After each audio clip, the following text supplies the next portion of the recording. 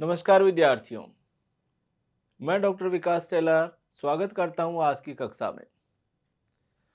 आज हम पढ़ रहे हैं अध्याय 26 प्राकृतिक संसाधन, इसके प्रयोग एवं संरक्षण, भाग 3। इसके भाग 3 में आज जो हमारा मुख्य फोकस रहेगा वो रहेगा जैव विविधता पर। इस भाग में आपको ये बताया जाएगा जैव विविधता किसे कहते हैं, जैव विविधता के क्या लाभ हैं, जैव विविधता को कैसे संरक्षित रखा जा सकता है, अगर संरक्षित नहीं रखेंगे तो हमारे पर क्या दुष्प्रभाव पड़ सकता है।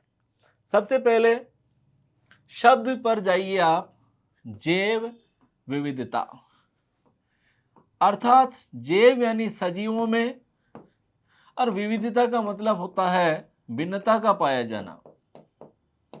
अर्थात किसी भी स्थान विशेष पर जो सजीव पाए जाते हैं वो सजीव कितने प्रकार के होते हैं, वो सजीव कौन कौन से होते हैं, उसमें जो जितनी ज्यादा अधिक भिन्नता पाई जाती है वही जीव विविधता का प्रतीक होता है। अर्थात यहाँ पर आप देख सकते हो, ये आपकी वनस्पतियां नजर आ रही है विभिन्न प्रकार की, और यहाँ पर आप जंतु भी विभिन्न प्रकार के जंतुओं को यहाँ पर देख सकते हो। अर्थात हमारी पृथ्वी पर हजारों प्रकार के वनस्पतियां पेड़ पौधे पाए जाते हैं और हजारों प्रकार के जीव जंतु पाए जाते हैं। इसके अतिरिक्त पृथ्वी पर इतनी अधिक संख्या में सूक्ष्म जीव पाए जाते हैं जिसका गणना करना हमारे लिए संभव नहीं है। अर्थात सजीवों में पाई जाने वाली भिन्नता ही मोटे मोटे तौर पर जैव विविधता के नाम से जानी जाती है। किसी क्षेत्र विशेष में पाई जाने वाले विभिन्न जीवों एवं पादपों की प्रजातियों को हम जैव विविधता के नाम से जानते हैं। जैव विविधता का हमारे लिए दैनिक जीवन में बहुत महत्व है। इसके अतिरिक्त इस पृथ्वी पर जीवन को बनाए रखने के लिए, अर्थात अगर आप चाहते हैं कि इस पृथ्वी पर जीवन का अस्तित्व बनाए रहे तो उसके लिए जैव विविधता बहुत महत्वपूर्ण है। उसका कारण क्या है? देखिए, प्रकृति ने जिन वनस्पतियों और जीव जंतुओं को बनाया है उसका प्रत्येक का दैनिक जीवन में महत्वपूर्ण योगदान होता है, और उस योगदान के पीछे मुख्य मकसद होता है कि ये परितंत्र को सुरक्षित रखते हैं। अर्थात परितंत्र क्या है? सजीव और निर्जीवों के मध्य एक ऐसी कड़ी है जिससे कि दोनों एक दूसरे के साथ में चलते हैं। वायुमंडल के गैसीय संगठन को बनाए रखने में योगदान करता है। जैसे वनस्पति होती है वो आपके प्रकाश संश्लेषण द्वारा ऑक्सीजन गैस वायुमंडल में उपलब्ध कराती है ताकि जो हमारा एक आदर्श स्तर बना हुआ, गैसों का संतुलन बना हुआ, वो बना रहे, अन्यथा जीवन यापन समस्या हो जाएगी। परागण करवाने में जैव विविधता अर्थात छोटे छोटे जो जीव हैं उनका बड़ा योगदान होता है। अगर परागण प्राकृतिक रूप से होता रहेगा तो पृथ्वी पर वनस्पति चलती रहेगी और हमारा जीवन यापन होता रहेगा। मृदा और जल संरक्षण में इनका बहुत योगदान होता है। जैसा कि हमने पूर्व भाग में पढ़ा था कि जिस स्थान पर मृदा अपरदन ज्यादा हो रहा है, यदि हम वहां पर वनों को लगा दें अर्थात वनस्पति स्थापित कर दे तो इससे सुरक्षित रह सकते हैं। और भूजैव रासायनिक चक्रों के कार्यों को बनाए रखने के लिए भी ये सारे के सारे जो है आपके जैव विविधता के घटक योगदान करते हैं। जैव विविधता का उपयोग, आखिर हमारे ये जैव विविधता कहाँ कहाँ उपयोग में लाई जाती है? आप देख लीजिए, खाद्य आपूर्ति में उपयोगी होती है। अर्थात इस धरती पर जितने प्रकार के सजीव पाए जाते हैं, जीव जंतु पाए जाते हैं, उनके पोषण का एकमात्र जो संसाधन है वो वनस्पति है। अगर कोई मांसाहारी जंतु है जो कि प्रकृति से प्राप्त शाकाहार को ग्रहण नहीं करता है लेकिन उसके द्वारा छोटे शाकाहारी को खा लिया जाता है, जिसे कोई कह दे कि साहब शेर जो होता है वो तो मांसाहारी है, इसका वनस्पति से क्या लेना देना, लेकिन शेर किसको खा रहा है? आपके खरगोश को खाता है। और खरगोश के जीवन यापन के लिए किसकी आवश्यकता पड़ती है? घास की आवश्यकता पड़ती है जो वनस्पति है। इस प्रकार हम कह सकते हैं कि वनस्पतियां जो है प्रत्येक जंतु के जीवन के लिए आवश्यक घटक है, चाहे वो शाकाहारी हो चाहे मांसाहारी हो, क्योंकि वो प्रत्यक्ष या अप्रत्यक्ष रूप से निर्भर रह करके अपना जीवन यापन पूर्ण करता है। इसी प्रकार से हजारों की संख्या में हमें पेड़ पौधों से, वनस्पति से औषधियां प्राप्त होती है, और ये जो औषधियां प्राप्त होती है वो हमें विभिन्न प्रकार के रोगों से बचाती है और स्वस्थ जीवन यापन के लिए उपयोगी होती है। इसके द्वारा सांस्कृतिक और सौंदर्यपर्यक मूल्य को भी हम महसूस कर सकते हैं। बहुत सारी बार हम कहीं घूमने जाते हैं, अगर वहाँ पर बहुत अधिक संख्या के अंदर वनस्पति है, पेड़ पौधे लगे हुए हैं, तो हमारे को एक आत्मीय संतुष्टि मिलती है और हम प्रकृति की एक बड़ाई करते, वाह क्या अच्छा सीन है। इसी प्रकार से परितंत्र को सुचारू रूप से चलाने के लिए भी जैव विविधता का पाया जाना जरूरी है। अर्थात वनस्पति और जंतु एक दूसरे के पूरक है। जंतुओं से भी वनस्पतियों को लाभ प्राप्त होता है। परागण जो होता है उस घटना के लिए जंतुओं की आवश्यकता पड़ती है। इसी प्रकार बीजों के प्रकीर्णन के लिए भी ये आवश्यक होता है। अर्थात जीव जंतु पेड़ पौधे एक दूसरे के साथ रहकर ही अपना जीवन यापन पूर्ण कर पाते हैं, अन्यथा इनका जीवन यापन करना बड़ा मुश्किल हो जाता है। जैव विविधता के लिए किन किन से खतरा है? हम कह सकते हैं कि अगर प्राकृतिक या मानव के कारण अगर कुछ ऐसी घटनाएं घटित हो जाए जो प्रकृति का विनाश कर सकती है, जैव विविधता के लिए खतरा बन सकती है। खतरा जब बनेगी तो वनस्पति अगर खतरे में है तो जंतु भी निकट भविष्य में खतरे में आ सकते हैं। जैसे मान लीजिए परागण करवाने में हम जानते हैं कि 75% जो परागण की क्रिया होती है वो मधुमक्खियों द्वारा संपन्न होती है। और मधुमक्खियां अगर 75% आपका परागण करती है, अगर बाई चांस अगर किसी कारणवश इस पृथ्वी पर इन मधुमक्खियों का विनाश हो जाए तो उस परिस्थिति में हम परागण की क्रिया से वंचित रह जाएंगे। और अगर 75% परागण की क्रिया जो कि मधुमक्खियों से हो रही है वो अगर बाधित हो गई तो इस पृथ्वी पर से अधिकांश वनस्पति का समापन हो जाएगा, विनाश हो जाएगा, जो हमारे लिए जीवन के लिए बहुत ज्यादा खतरा है। प्राकृतिक आवासों का नष्ट होना एक दूसरा कारण हो सकता है। दिनों दिन मानव आबादी बढ़ती जा रही है, आबादी बढ़ती जा रही है तो उसके लिए रहने की आवश्यकता बढ़ती जा रही है। तो रहने की आवश्यकता बढ़ने के साथ साथ वो अपने चारों तरफ आप प्राकृतिक आवासों को नष्ट करता जा रहा है, जो कि आपके हानिकारक घटना है। कृषि, औद्योगिकीकरण और शहरीकरण में जैव विविधता का नाश हो रहा है, क्योंकि हम कृषि का दायरा बढ़ाने के लिए वनस्पतियों को काटते हैं। जो प्राकृतिक रूप से जंगल उगे होते हैं वो प्रकृति को संतुलन प्रदान करते हैं, जबकि मानव निर्मित जो खेत है, मैदान है, घास के मैदान है, कोई एक ही जाति के, जिसे अपन कहते हैं कि हमारे अनार का बागान लगा रखा है, नींबू का बागान लगा रखा है, तो वो एक अच्छा संतुलन के लिए श्रेष्ठ नहीं है। निसंदेह वो वनस्पति है, निसंदेह प्रकृति को में उसका योगदान मिल रहा है, लेकिन जो एक रैंडम रूप से, एक यादृच्छिक रूप से जो जंगल उगते हैं प्राकृतिक, वो ज्यादा सही माने जाते हैं। इसी प्रकार से मृदा, जल और वायु प्रदूषण अगर बढ़ जाएगा, अगर प्रकृति में वायु का प्रदूषण बढ़ेगा तो जैव विविधता के लिए खतरा है। मृदा प्रदूषण बढ़ता है तो खतरा है। ये सारे के सारे जल, वायु, मृदा, किसी में भी अगर वृद्धि होती है तो ये जैव विविधता के लिए खतरा माना जाता है। इसी प्रकार यदि प्राकृतिक संसाधनों के अविवेकपूर्ण तरीके से उपयोग किया जाए, अगर मान लीजिए आप मतिहीन होकर के अविवेकपूर्ण तरीके से अगर इन संसाधनों का प्रयोग करते हैं तो कुछ समय के लिए हमें आर्थिक लाभ हो सकता है, कुछ समय के लिए हमें इससे फायदा मिल सकता है, लेकिन अगर दीर्घ काल के लिए हम सोचते हैं तो हमारे लिए एक घातक स्थिति है, हमें इससे बचना चाहिए। जैव विविधता संरक्षण, देखिए यहाँ पर जैव विविधता संरक्षण के हमारे पास में दो उपाय हैं। एक होता है आपका इन सीटू कंजर्वेशन, जिसको हम कहते हैं स्वस्थानीय संरक्षण। एक होता है हमारा एक्स सीटू, जिसको कहते हैं बहिस्थानीय। दो शब्द जो है आपको मैं यहाँ पर बताने का कोशिश कर रहा हूं। स्वस्थानिक का मतलब क्या है? अर्थात प्रकृति जो होती है उसके अंदर प्रत्येक जीव का अपना एक व्यक्तिगत आवास स्थान होता है। तो किसी सजीव का उसके प्राकृतिक आवास में प्राकृतिक तरीके से संरक्षण किया जाए तो उसे हम इन सीटू या स्वस्थानिक संरक्षण कहते हैं। जैसे मान लीजिए आपके पास में एक टाइगर है और आपके पास दो उपाय हैं। आप चाहते हो तो जो टाइगर है हमारा वो अपने घर पर हम बांध करके रख सकते हैं और उसको खाने के लिए मांस खिला सकते हैं। और दूसरा उपाय हो सकता है कि अगर हम उस टाइगर को रणथंभौर जाकर के घने जंगलों में छोड़ के आ जाएं, तो ऐसा उपाय जिसमें हम टाइगर को उसके प्राकृतिक आवास में अर्थात रणथंभौर के जंगलों में छोड़ आए, सरिस्का में छोड़ करके आ गए, वो श्रेष्ठ उपाय माना जाता है। उसे हम स्वस्थानिक संरक्षण कहते हैं। तो स्वस्थानिक संरक्षण के जो श्रेष्ठ उदाहरण यहाँ देख सकते हैं वो राष्ट्रीय उद्यान है।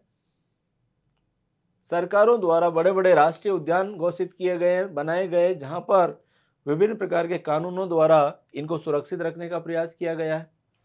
वन्य जीव अभ्यारण्य सेंचुरीज बनाई गई है और बायोस्फीयर रिजर्व या हम कह सकते हैं जैव मंडलों की स्थापना की गई है। ये सारे के सारे जो घटक स्थापित किए गए सरकार के प्रयासों से किए गए। अब हमारा नैतिक दायित्व तो बनता है कि हम इन स्थानों पर जाएं तो वहाँ कानून का पालन करें, अनावश्यक वायु प्रदूषण, जल प्रदूषण, ध्वनि प्रदूषण, मृदा प्रदूषण नहीं करें। अगर हम इनको सुरक्षित रखेंगे तो हमारी जैव विविधता सुरक्षित रहेगी। तो सजीवों का उसके प्राकृतिक आवास में सुरक्षित रखना स्वस्थानिक संरक्षण कहलाता है। अगर हम बात करें कि यदि कोई सजीव प्राकृतिक के स्थान पर मानव निर्मित आवास में रह करके सुरक्षित महसूस करता हो या उसको सुरक्षित रखने का प्रयास करवाया जाता हो तो उसे बहिस्थानिक संरक्षण कहते हैं। मान लीजिए आप एक टाइगर लेके आए और अपने शहर के अंदर एक चिड़ियाघर बना दिया और उस चिड़ियाघर के अंदर एक पिंजरा बना दिया और उस पिंजरे में आपने टाइगर को बंद कर दिया। अब टाइगर के जीवन को खतरा तो कम हो गया क्योंकि बाहर शिकारी मार सकते हैं और कुछ हो सकता है। यहाँ आपके सामने वो रहेगा, यहाँ आप पर चिकित्सकीय परामर्श से हम उसके स्वास्थ्य का ध्यान रख सकते हैं, हम उसको खाने का और पानी का ध्यान रख सकते हैं। लेकिन वास्तविक रूप से देखा जाए तो ये उसका प्राकृतिक आवास नहीं है। तो इसके उदाहरण आते हैं वानस्पतिक उद्यान है, बॉटनिकल गार्डन्स बनाते हैं, चिड़ियाघर बनाते हैं, जीन बैंक, डीएनए बैंक, उत्तर संवर्धन बैंक। यद्यपि बहिस्थानिक संरक्षण का उद्देश्य अलग अलग हो सकता है। क्या आप संपूर्ण वनस्पति या जो वनस्पति वहां पाई जाती है उसको सुरक्षित रखना चाहते हैं तो वानस्पतिक उद्यान एक अच्छा उपाय है। भारत का सबसे बड़ा वानस्पतिक उद्यान कहाँ है? नेशनल बॉटनिकल गार्डन जो है, राष्ट्रीय वनस्पतिक उद्यान जो है वो आपके शिवपुर कलकत्ता में है। इसी प्रकार से चिड़ियाघर में भी हो सकता है, जैसे जो हमारा राजस्थान की राजधानी जयपुर है वहां पर रामबाग में क्या है? चिड़ियाघर है। इसी प्रकार से जीन बैंक हो सकते हैं जो किसी यूनिवर्सिटी में या इंस्टीट्यूट में स्थापित किए जाते हैं, जहां विभिन्न प्रकार के सजीवों के जीनों को सुरक्षित रखा जाता है और उसकी क्लोनिंग करवाई जाती है। डीएनए बैंक हो सकता है और हो सकता है उत्तक संवर्धन द्वारा अर्थात जैव प्रौद्योगिकी एवं जीन अभियांत्रिकी का प्रयोग करके हम उत्तकों का संवर्धन करवा सकते हैं। तो ऐसे कई उपाय हो सकते हैं जिसमें कि हम जैव विविधता को बचाने के लिए प्रयास कर सकते हैं। ऐसी जातियां जिसके जीवन को खतरा हो उसे हम संकटापन्न जातियां या संकट ग्रस्त जातियां कहते हैं। समझने का प्रयास कीजिए। ऐसी वनस्पति या जंतु जिसका जीवन संकट में हो या जिसके जीवन को इतना अधिक खतरा है कि निकट भविष्य में हो सकता है वो समाप्त हो जाए, तो इसे ही हम संकटापन्न या संकटग्रस्त जाति कहते हैं। जो IUCN है इसके द्वारा एक ऐसा रिकॉर्ड संधारित किया गया है जिसको रेड डाटा बुक के नाम से जानते हैं। इस रेड डाटा बुक में ऐसी प्रजातियों को रखा गया है, लिखा गया है जो संकटग्रस्त होती है। तो वे प्रजातियां जिनकी संख्या एक संकटपूर्ण स्तर तक कम हो चुकी है तथा निकट भविष्य में इनके विलुप्त या समाप्त होने का खतरा रहता है, उन्हें हम संकटग्रस्त प्रजातियां कहते हैं। और ये संकटग्रस्त प्रजातियों को का रिकॉर्ड जिस किताब में लिखा जाता है उसे रेड डाटा बुक कहते हैं। इसको लाल आंकड़ा पुस्तक भी कहते हैं।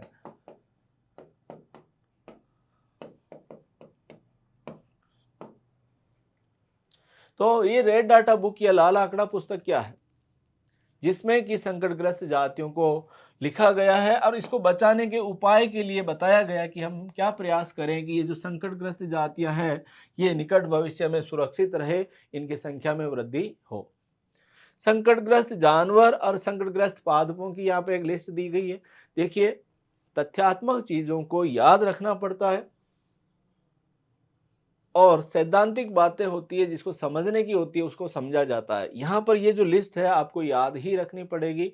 यहाँ पर संकटग्रस्त जानवर में एशियाई सिंह है, हरित कछुआ है, घड़ियाल है, बाघ है, गेंडा है, एशियाई हाथी है। ऐसे कई सारे जीव हैं जो संकटग्रस्त हैं। यद्यपि सरकार द्वारा और मानवीय प्रयासों द्वारा इनको बचाने का प्रयास किया जा रहा है। जो एशियाई सिंह है, ये हमारे गुजरात के गिर में इसको बचाने के लिए गिर सेंचुरी बनाई गई है। इसी तरीके से जो घड़ियाल है, मगरमच्छ है, उसको बनाने के लिए कोटा के अंदर चंबल नदी में स्थापित की गई है। जो बाघ है, इनको बचाने के लिए भी कई प्रकार के सरकारी प्रयास किए जा रहे हैं और इसमें निसंदेह मानव भी अपना एक अच्छा योगदान कर रहा है। लेकिन हर आबादी में कुछ व्यक्ति ऐसे होते हैं जो व्यक्तिगत लालच के लिए इनको मार देते हैं। संकटग्रस्त पादपों में गटकपर्णी पादप को सम्मिलित किया गया है, भारतीय बेलाडोना को रखा गया है, ऑर्किड प्लांट को रखा गया है, नीलगिरी को रखा गया है। एक पौधा जो है उसका नाम है गिंको बाइलोबा, ये भी संकटग्रस्त है। अर्थात इसकी संख्या इतनी कम हो चुकी है कि निकट भविष्य में इसके समाप्त होने का खतरा अभी भी बना हुआ है। वन्य जीव क्या है? वन्य जीव को हम वाइल्ड एनिमल्स के नाम से भी जानते हैं कि प्राकृतिक परिवेश में पाए जाने वाले वृक्ष, जानवर, अन्य जीव जो है, जो कि मानव द्वारा पालतू नहीं बनाए गए हैं, वो वन्य जीव कहलाते हैं। वन्य जीवों में वनस्पति भी हो सकती है और जंतु भी सम्मिलित किए जा सकते हैं। वन्य जो जंतु होते हैं वो वाइल्ड एनिमल्स के नाम से जानते हैं और इनका अभी तक यह कह सकते हैं कि जिसका मानव द्वारा जो है इसको पालतू नहीं बनाया गया है। जैसे कुत्ता है, कुत्ते को मानव ने पालतू बना रखा है तो उसको हम वन्य जीव नहीं कहेंगे, उसको हम कहेंगे पेट एनिमल, पालतू जानवर कहेंगे। गाय है, भैंस है, उसको हमने पालतू बना रखा तो पालतू जानवर कहलाता है, नहीं कि वो वन्य जीव कहलाता है। वन्य जीव महत्वपूर्ण प्राकृतिक संसाधन है, अर्थात ये जो जीव होते हैं ये प्रकृति द्वारा प्रदत्त है, प्राकृतिक संसाधन है जिनके प्राकृतिक संतुलन बना रहता है और भविष्य की पीढ़ियों के लिए इनका संरक्षण बहुत जरूरी है। अगर आज टाइगर जिंदा है तो उसका एक कारण है कि भारत सरकार ने इसके लिए प्रयास किए हैं। 1972 में भारत सरकार द्वारा टाइगर प्रोजेक्ट चलाया गया था। इस टाइगर प्रोजेक्ट के कारण ही आज हम लोग इन टाइगर्स को देख पा रहे हैं।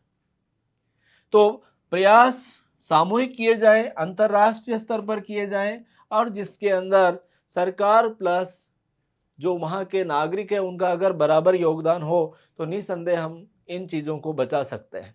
वन्य जीव संरक्षण की आवश्यकता के क्या कारण है? आखिर ऐसी क्या आवश्यकता पड़ गई है जहाँ वन्य जीवों को बचाना जरूरी है? वन्य जीवों को बचाने का पहला कारण होता है परितंत्र या पारिस्थितिकी संतुलन को बनाए रखने के लिए। अगर वन्य जीव जीवित रहेंगे तो प्रकृति में संतुलन बना रहेगा, जैव विविधता का संरक्षण जो होता है उसको करना आवश्यक है। अगर आप चाहते हो वन्य जीव संरक्षण है तो संकटग्रस्त जातियों को बचाना चाहिए। जैसे एक समय ऐसा आया था भारत में जब मगरमच्छ और घड़ियाल की संख्या इतनी कम हो गई थी कि ऐसा लगने लगा कि ये अब संकटग्रस्त है। लेकिन जैसे ही कोटा में चंबल सेंचुरी बनाई गई, मगरमच्छ जो है क्रोकोडाइल सेंचुरी बनाई गई, तो आज इनकी संख्या पर्याप्त बढ़ चुकी है। शेर किसी समय भारत में संकटग्रस्त थे, लेकिन सरकारी प्रयासों से, भारत सरकार के प्रयासों से गिर के अंदर गिर सेंचुरी बनाई, तब से इनकी संख्या पर्याप्त हो गई। आर्थिक महत्व के पादप और जंतुओं को सुरक्षित रखना भी हमारा महत्व है। अर्थात यदि हम अपनी फर्स्ट प्रायोरिटी में, अपनी प्राथमिकता के अंदर अगर इनको सुरक्षित रखने का प्रयास करेंगे तो निसंदेह हम इस लक्ष्य को आसानी से प्राप्त कर सकते हैं। वन्य जीव संरक्षण की अलग अलग विधियां हैं और इसके लिए अलग अलग प्रकार के उपाय बताए गए। जैसा मैंने आपको बताया था एक्स सिटू और इन सिटू, स्वस्थानिक और बहिस्थानिक। राष्ट्रीय उद्यान की स्थापना करना, अभ्यारण्यों की स्थापना करना, बायोस्फीयर रिजर्व अर्थात जैव मंडल की स्थापित करना, ये सारे के सारे अच्छे प्रयास हो सकते हैं। वृक्षारोपण करना चाहिए। अगर आप चाहते हो वन्य जीव संरक्षण, वनों को बचाना है, जीवों को बचाना है, तो आसपास इतना बड़ा और अच्छा जंगल बना दीजिए कि वो वहाँ पर रह सके। इसी प्रकार से संकटग्रस्त जो जातियाँ हैं उसके लिए प्रोजेक्ट की शुरुआत करनी चाहिए। जैसा एक उदाहरण अभी मैंने बताया, 1972 में टाइगर प्रोजेक्ट चलाया गया। शिकार व आर्थिक लाभ के लिए विभिन्न अधिनियम व कानून बनाने चाहिए। अर्थात कुछ ऐसे कड़े कानून होने चाहिए जो कि मानव अपने लाभ लालच के लिए इन जानवरों का शिकार नहीं करे, वनों को नहीं काटे, ताकि वो जीवित रह सके। पर्यावरण जागरूकता को बढ़ाकर भी हम लोग अपना उद्देश्य पूरा कर सकते हैं। देखिए, भारत में सरकार द्वारा प्रतिवर्ष जुलाई महीने को वन्य जीव सप्ताह मनाया जाता है। हर वर्ष जुलाई के अंदर वन्य जीव सप्ताह मनाया जाता है और ये जो वन्य जीव सप्ताह मनाया जाता है, इस दौरान जागरूकता फैलाई जाती है स्कूल में, कॉलेज में, गांवों के अंदर और विभिन्न प्रकार के जो हमारे संचार के साधन है उस पर इसको बताया जाता है कि किस प्रकार हम वन्य जीवों को सुरक्षित रख सकते हैं। भारत में वन्य आरक्षित क्षेत्र कौन कौन से, कुछ महत्वपूर्ण आरक्षित क्षेत्र के उदाहरण यहाँ पे दिए गए। इनके नाम आपको याद रखने हैं, इसका स्थान आपको याद रखना है, साथ ही इनकी स्थापना किसको बचाने के उद्देश्य से की गई है, अर्थात ये जो है ये किसके लिए। जैसे काजीरंगा अभ्यारण्य आसाम में, ये एक सींग वाला जो गेंडा होता है उसको बचाने के लिए किया गया है, तो बहुत ही महत्वपूर्ण बिंदु है। जो मानस अभ्यारण्य है वहां जंगली भैंसे को बचाने का प्रयास किया जाता है। गिर वन जो गिर सेंचुरी है वहां पर सिंह और जंगली भालू को बचाने के लिए प्रयास किया जा रहा है सरकार के द्वारा। केलामेरू आंध्र प्रदेश में पेलिकन को बचाने का प्रयास किया जा रहा है। इसी प्रकार से ये आपका डाचीगम कश्मीरी बारहसिंगे और हिमालयी तहर जो होता है इन जानवरों को बचाया जा रहा है, ये जम्मू और कश्मीर में है। तो निसंदेह सरकार प्रयास कर रही है, निसंदेह हम भी योगदान दे रहे हैं, लेकिन हमें इन ऐसे स्वार्थी लोगों से सावधान रहना है जो इसको नुकसान पहुंचा सकते हैं। बांदीपुर कर्नाटक, यहाँ पर बिसन और हाथी को बचाने के लिए यह सरकार द्वारा प्रयास किए गए। पेरियार अभ्यारण्य केरल में, जहाँ हाथी और बार्किंग हिरण, ऐसा हिरण जो भौंकता है उसको बचाने का प्रयास किया जा रहा। कान्हा जो सेंचुरी है, कान्हा अभ्यारण्य है, वहां पर बाघ और तेंदुओं को बचाया जा रहा है। और अंत में हम देख सकते हैं सिमलीपाल उड़ीसा में मैंग्रोव वनस्पति और समुद्री कछुओं को बचाया जा रहा है, क्योंकि ये जो स्थान है समुद्र के किनारे है और यहाँ दलदल में उगने वाली जो वनस्पति है उसको मैंग्रोव वनस्पति कहते हैं। इसको सुरक्षित रखने के लिए सरकार द्वारा प्रयास किए जा रहे हैं। इसी प्रकार भरतपुर में पक्षी अभ्यारण्य है राजस्थान में, केवला देवी सेंचुरी के नाम से जानते हैं, जहाँ विभिन्न प्रकार के आपके बतख हैं और बगुलों को बचाने का प्रयास किया जा रहा है। और फिर आता है आपका कार्बेट सेंचुरी। जो कार्बेट सेंचुरी है वो राष्ट्रीय उद्यान है उत्तराखंड में, जहाँ पर बाघ को बचाने का प्रयास किया जा रहा है। और जलदापरा जो अभ्यारण्य है, यहाँ पर गेंडे को सुरक्षित रखने का प्रयास किया जा रहा है। तो गेंडा जो है उसको कैसे बचाया जा सकता है। इसी प्रकार से जो वन्य जीव संरक्षण है उसको लेकर के अंतर्राष्ट्रीय और राष्ट्रीय स्तर पर विभिन्न प्रकार की एजेंसियां कार्य कर रही है, अर्थात ऐसे संगठन जो जैव विविधता, जंतुओं, वनस्पतियों को बचाने के लिए कार्य करते हैं, उनके द्वारा ऐसी प्लानिंग बताई जाती है कि ये सुरक्षित रह सके। इन एजेंसियों में से सबसे महत्वपूर्ण और पहली जो एजेंसी आती है उसका नाम है IBWL। इसको कहते हैं Indian board for wild life. ये भारतीय स्तर पर, भारत में अपने राष्ट्रीय स्तर पर कार्य करती है। WWF जो है एक अंतर्राष्ट्रीय स्तर की एजेंसी है जिसको world wild life fund for nature के नाम से जाना जाता है और इसकी स्थापना 1961 में की गई और इसका मुख्यालय जो है स्विट्जरलैंड के ग्लैंड में है। तो निसंदेह अंतर्राष्ट्रीय स्तर पर भी संगठन कार्य कर रहे हैं जो इसको सुरक्षित रख सके और राष्ट्रीय स्तर पर भी इसके प्रयास किए जा रहे हैं। इसी में एक नाम और आता है IUCN। इसके पूरे नामों को लेकर के प्रश्न पूछा जा सकता है कि WWF का पूरा नाम बताइए, IUCN क्या है उसका नाम बताइए। International Union for Nature and Natural Resources, इसको बोलते हैं IUCN। और एक है हमारा CITES, Convention on International Trade in Endangered Species. विशेष रूप से इसका जो उद्देश्य है वो हमारी संकटग्रस्त जातियों को बचाने का है। तो साइट्स कार्य कर रही है वो संकटग्रस्त जातियों, एंडेंजर्ड स्पीसीज को बचाने के लिए कर रही है। इस पर भी प्रश्न पूछा जा सकता है। देखो विद्यार्थियों, अगर आप प्रयास करें, समझने का प्रयास करें, यहाँ पर जो हम लोग कक्षा में पढ़ा रहे हैं, तो आपको आसानी से सीखने में मदद मिल सकती है। इसी प्रकार भारत में वन्य जीव संरक्षण के लिए कौन कौन से महत्वपूर्ण कानून बनाए गए हैं। इन कानूनों में सबसे पहला कानून आता है पर्यावरण संरक्षण अधिनियम 1986, वन्य संरक्षण अधिनियम 1980 और एक राष्ट्रीय वन नीति बनाई गई 1988 में और वन्य जीव सुरक्षा अधिनियम 1972 में बनाया गया था। इसी समय 1972 में टाइगर प्रोजेक्ट चालू किया गया था, टाइगर जो कि संकटग्रस्त स्थिति में थे उसको बचाने के लिए। तो आज कई स्थानों पर टाइगर की संख्या में सुधार हुआ है और कई स्थानों पर आज भी स्वार्थी और लालची लोग शिकार कर रहे हैं, इनको मारने का कार्य कर रहे हैं। लेकिन क्या करें, इनको कैसे समझाया जा सकता है। नैतिकता का होना बहुत जरूरी है। प्रकृति तभी सुरक्षित रहती है जब नैतिकता हो। अगला जो बिंदु आता है, सतत पोषणीय परिवर्धन किसे कहते हैं। सतत पोषणीय परिवर्तन में इसके नाम से पता चल रहा है कि ऐसा विकास जिसमें प्राकृतिक संसाधनों का दोहन यानी उपयोग, प्राकृतिक संसाधनों का हम उपयोग किस प्रकार करें कि उन्हें भविष्य में आने वाली पीढ़ियों के लिए भी सुरक्षित संरक्षित रखा जा सके। अर्थात प्राकृतिक संसाधनों का विवेकपूर्ण तरीके से ऐसा प्रयोग किया जाए कि हमारी जो भावी पीढ़ियां हैं, आने वाली पीढ़ियां हैं, वो भी इन संसाधनों का प्रयोग कर सके, उनको देख सके, काम में ले सके, समझ सके और अपनी आगे वाली पीढ़ी के लिए छोड़ सके। इसी को हम सतत पोषणीय परिवर्धन के नाम से जानते हैं।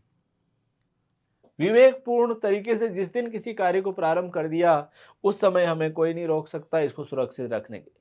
सतत पोषणीय परिवर्धन में निम्न बिंदुओं को सम्मिलित किया जाता है। संसाधनों का उपयोग विवेकपूर्ण तरीके से होना चाहिए। अपशिष्ट पदार्थों का पुनर्चक्रण करना चाहिए, अर्थात ऐसे पदार्थ जिसका अगर हम कहीं और उपयोग कर सकते हैं तो वो हमारे लिए एक अच्छा ऊर्जा को बचाने का तरीका हो सकता है। नवीनीकरणीय संसाधनों का वैज्ञानिक प्रबंधन करना चाहिए, अर्थात ऐसे संसाधन जो नवीनीकरणीय है उनका हम वैज्ञानिक तरीके से प्रबंधन करके उनका पुनर्नवीनीकरण लगातार करते रहें। और ऐसे संसाधन जो अनवीनीकरणीय है उनका हम विवेकपूर्ण तरीके से इस्तेमाल करें ताकि वो सुरक्षित रहे, उनको बचाया जा सकता है और उसके स्थान पर कोई और तरीका भी प्रयोग में लाया जा सकता है। फिर आता पर्यावरण आधारित तकनीकों का प्रयोग करना चाहिए। संसाधनों का ऐसे तरीके अपनाने चाहिए ताकि प्रकृति को, पर्यावरण को, जैव विविधता को कोई नुकसान नहीं हो। और वृक्षारोपण अधिक से अधिक करना चाहिए। देखिए, जो हमारे बस की बात है, जो हमारे हाथ की बात है वो ये है कि हम अधिक से अधिक अगर वृक्षारोपण करें तो उस परिस्थिति में आप प्राकृतिक संसाधनों को बचा सकते हो, सुरक्षित रख सकते हो और पर्यावरण अनुकूल पदार्थों का प्रयोग करना चाहिए जिसको कहते हैं इको फ्रेंडली। अर्थात ऐसे पदार्थों के निर्माण की आवश्यकता है जो इको फ्रेंडली हो, जिसका प्रयोग करने पर हमारे को कोई नुकसान नहीं हो, उसका प्रयोग करना चाहिए। ये हम विवेकपूर्ण तरीके से ही कर सकते हैं। इस प्रकार प्यारे विद्यार्थियों, ये आपके अध्याय 26 का यह भाग समाप्त होता है। आशा ही नहीं, पूरा विश्वास रखता हूँ कि आज जो हम ये अध्याय पढ़ रहे हैं, इस अध्याय में जो जो उपाय मैंने आपको बताए हैं वो अपना पूरा नैतिकता के साथ में, अपना दायित्व समझने के साथ में पूरा करेंगे तो हम प्रकृति को बचा पाएंगे, वन्य जीवों को बचा पाएंगे, जैव संरक्षण रख सकेंगे, जैव विविधता को बचा पाएंगे जो हमारे लिए और हमारे आने वाली भावी पीढ़ियों के लिए आवश्यक है। नमस्कार, बहुत बहुत धन्यवाद।